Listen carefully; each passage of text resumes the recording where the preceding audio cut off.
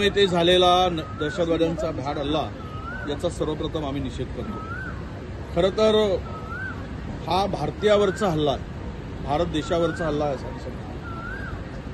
ज्या पर्यटकांना ज्या पद्धतीनं या दहशतवाद्यांनी शहीद केलं, हे खरं म्हणजे इथे राजकारणाचा विषय नाही, पण हे इंटेलिजन्सचं फेल्युअरच आहे। जिथे हजारो पर्यटक असतात तिथे साधा पोलीस किंवा आर्मीचा कोणी असू नये आणि दहशतवाद्यांना रान मोकळं केल्यासारखं या आणि मारा अशा पद्धतीचं त्या ठिकाणी जर परिस्थिती निर्माण होत असेल तर मग इंटेलिजन्स काय करत होतं? त्यांना याची माहिती नव्हती काय?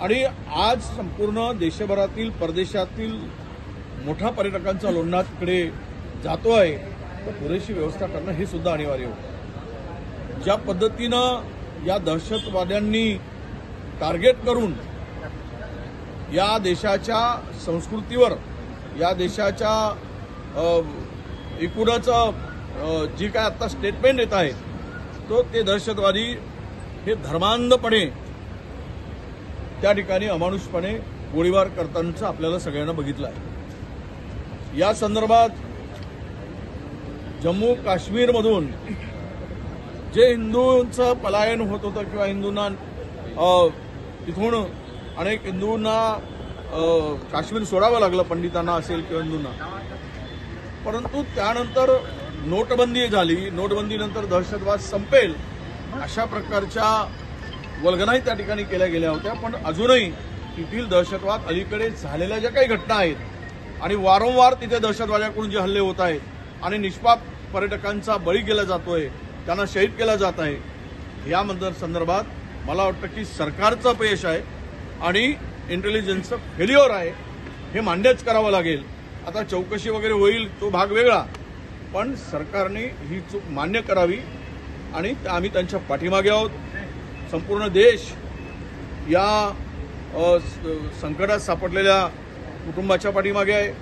जे काही तिकडे पर्यटक आहेत त्यांना सुखरूप काढून त्यांच्या घरापर्यंत पोहोचवण्याचं काम व्हावं, यासाठी जे सहकार्य लागतं ते संपूर्ण सहकार्य जम्मू काश्मीर सरकार किंवा भारत सरकार करते आहे, परंतु अशा प्रकारची पुनरावृत्ती होऊ नये यासाठी मात्र ठोस पावलं सरकारनं उचलावं अशी आमची भूमिका आहे। धर्म विचारून मारलं गेलं असं म्हणतं आहे, माहिती मिळते, त्यातून कुठेतरी देशात दंगली पेटवण्याचा प्रयत्न होतो हिंदूंचा। बघा, आता यामध्ये खोलवर आपल्याला जावं लागेल।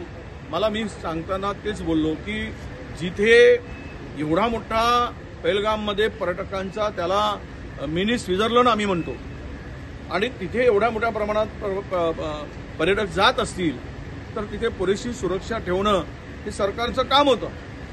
तिकडे हल्ला झाल्यानंतर 10-15 मिनिटांनी पोलीस तिकडे मिलिटरी किंवा पोलीस पोहोचली, म्हणजेच हा कुठेतरी एक कट आहे या देशामध्ये धार्मिक उच्छांद मांडायचा, उन्माद करायचा आणि दोन रिलिजन्सना एकामेकाच्या पुढे उभं करायचं आणि देश अस्थिर करायचा, हा त्यामागचा डाव असू शकतो। हाँ सर, हिंदी में कहना चाहेंगे, जिस तरीके से जम्मू कश्मीर में हमला हुआ है, क्या कहना चाहेंगे पहली प्रतिक्रिया? नहीं, पहलगाम में जो हमला हुआ है जम्मू कश्मीर में, ये निरपराध और जो देश के पर्यटकों का, देश और प्रदेश के पर्यटकों को जिस तरह से टारगेट किया करके मारा गया है, ये बहुत बड़ा ये हादसा है, ये बहुत बड़ी निंदनीय बात है। मैं यही कहूँगा कि इस तरह की घटना जो घटी तब ये इंटेलिजेंस क्या कर रहा था? पहलगाम ऐसा स्थल है कि जहाँ पे हजारों पर्यटक वहाँ पे जाते हैं, प्रदेश के भी जाते हैं, देश के भी जाते हैं, तो वहाँ पुलिस हो या मिलिट्री हो, उसका सुरक्षा की व्यवस्था होनी चाहिए थी। अगर ये इतने 4 हो 6 हो जितने भी टेररिस्ट आए थे और उन्होंने बिन दिक्कत से गोलीबारी करके